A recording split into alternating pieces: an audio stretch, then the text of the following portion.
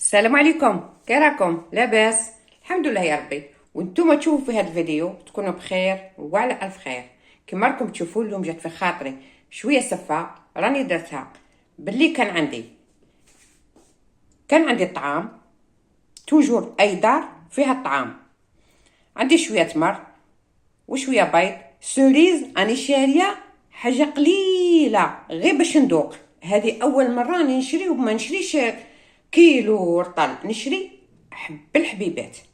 هذه هي الخطر اثمان راهي غاليه، كل واحد يتمشى قده.